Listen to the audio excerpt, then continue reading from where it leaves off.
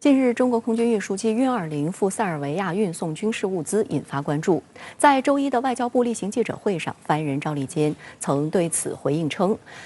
运送是常规军事物资，这是中塞双方年度计划内合作项目，不针对第三方，与当前局势也毫无关系。周二，航空工业集团新闻发言人周国强表示，从国内飞到塞尔维亚8000公里，运20经受住了考验，我们的运20的确行。美国防务新闻周二报道称，从上周六到本周一，共有12架次运20大型运输机降落塞尔维亚，受到外界高度关注。此前，中国空军也曾派出运20多次前往海外运送抗疫物资，但此类任务通常以单机运送为主。为落实中国和塞尔维亚双边合作计划，中方近日派遣空军运输机向塞尔维亚运送常规军事物资，这是中塞双方年度计划内合作项目，也不针对第三方，与当前的局势也毫无关系。根据公开的航迹跟踪软件显示，运20从中国启程，并在阿塞拜疆的巴库及土耳其伊斯坦布尔做停留后，在途经亚美尼亚、保加利亚领空后，才抵达贝尔格莱德。值得注意的是，土耳其和保加利亚均为北约成员国。分析指，运20大机组赴欧行程面临的首要困难是与途经国的相关协调工作，通常需要提前半年进行。塞尔维亚早在2019年便与中国就相关采购事项进行协调。运20近日运输军事物资抵塞是一件中塞两国计划中的例行交付行动。从塞尔维亚的地理环境和周边的地缘态势来看，中国空军出动运20大机群进行对塞军事物资交付，也是最为适宜的选择。塞尔维亚是欧洲中南部的内陆国家，周边并无港口可供大型运输船只停泊。而另一方面，由于北约大肆进行的军事扩张，使得地缘形势持续紧张，火车运输方式也不可行。我们的机群在复杂的地域，同时不太了解的气象的情况下，能够准时准点的抵达，体现了我们的战略投送能力的提高。同时，另外一方面，也可以看得出我们与塞尔维亚的亲密友谊。运20运输机代号鲲鹏，是我国独立研制的第一种200吨级的战略运输机。在去年的中国航展上，空军发言人申进科就表示，人民空军已经历史性的跨入战略空军门槛，其中歼20、运20列装数量越来越多是重要关键。6架运20编队穿越欧亚大陆飞往欧洲，标志着中国的战略空运力量已经基本成型，可以组织大机群远距离快速运送部队和装备。而且向塞尔维亚运送武器装备，单程大约在9000公里左右，往返则接近2万公里。而运20编队中途仅在土耳其伊斯坦布尔进行了一次地面停留加油，这也充分展示了运20运输机良好的性能。在这次飞行之前，考验的都是飞机性能，而这次赴塞尔维亚还检验了中国空军大型运输机队成建制运送部队和武器装备的能力，可视为一次远程投送部队和装备的实战型检验。前2天，外交部新闻发言人赵立坚和国防部的新闻发言人分别就6架运20飞赴塞尔维亚回答了记者的提问。作为航空工业集团公司的新闻发言人，我想回答的是，我们的运20确实行。因为大家知道，从国内飞到塞尔维亚8000公里，所以运20呢是经受住了考验。对于运20的这次任务，西方媒体除了关注解放军空军的战略投送能力外，还把焦点放在了中塞关系上。有外媒在周一的外交部记者会上竟提问称，中方是否担心此举会威胁到欧洲地区十分脆弱的和平？我不知道你这个问题是什么意思？美国向欧洲、向台湾出售武器，你们关心过损害地区和平与稳定了吗？中国向塞尔维亚出售一些常规军事物资，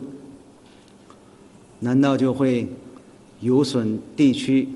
和平与稳定了吗？相关话题来连线航空装备专家傅前绍。傅先生您好。中国空军多架次运20首次以大集群形式成功执行大型作战装备跨洲运输任务，您对此有何观察？这次中国空军派出12架次的运20战略运输机，连续执行了远程投送任务。那么这次的远程投送任务应该说是创纪录的，一个是派出的运20战略运输机的数量比较多，2天呢出动了12架次，而且呢运20本身呢是一种远程的战略运输机，它的运载能力比较强。那么他们运送的是什么样的军事物资？那么我们国家的外交部和国防部的发言人呢没有明确说，但是呢可以讲，用运20去运送的物资肯定是超大、超重或者是超长，这样的军事物资。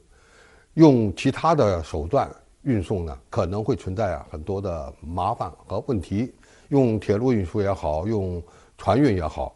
都难以达到目的。只有采用远程战略运输机，才能完成这么样一个使命任务。那么12架次的运20从中国直飞欧洲，途经呢多个国家，可以说是一次非常壮观的远程运输任务，因此引起了外国媒体的广泛关注。它彰显了中国空军在远程战略投送能力方面的一个重大的提升。这提升呢，可以说体现在2个方面，一个是我们有远程投送能力，而且是投送的重型装备；另外呢，我们的飞行员已经具备了跨洲际飞行，在复杂情况下将相关的军事物资运送到其他国家的这样一个能力。那在您看来，运20对已经跨过战略空军门槛的中国空军意味着什么呢？会带来哪些影响与变化？运输机是成体系的，它包括轻型战术运输机、中型战术运输机和重型战略运输机。我们过去生产过运7、运8这2款中型和轻型的战术运输机，但是缺乏远程战略投送能力，就是缺乏具备洲际飞行能力的战略运输机。那么运20的诞生可以说弥补了我们一个重要的短板。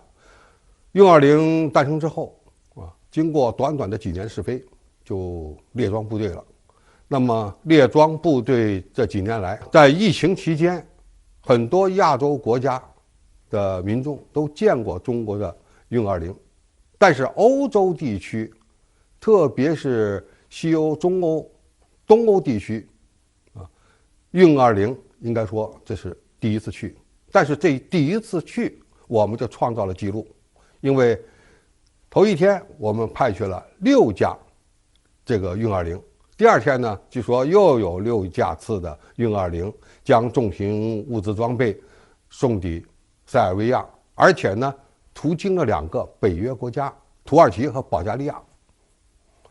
那么这样的一个大规模的远程洲际投送活动，可以说彰显了人民空军近年来在建立一支战略空军方面的努力。这个努力呢，一个是要有新的装备平台，另外还有新的这个飞行能力。飞行员要想驾驶远程飞机跨洲际飞行，是需要克服很多困难的，要做相应的协调准备，而且对陌生航线怎么飞，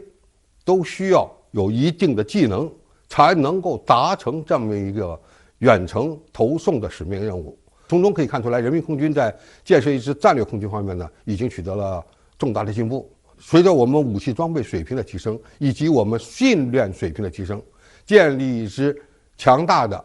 战略性的人民空军的目标一定能够实现。好的，也谢谢傅先生跟我们共同在线分享您的观点，谢谢。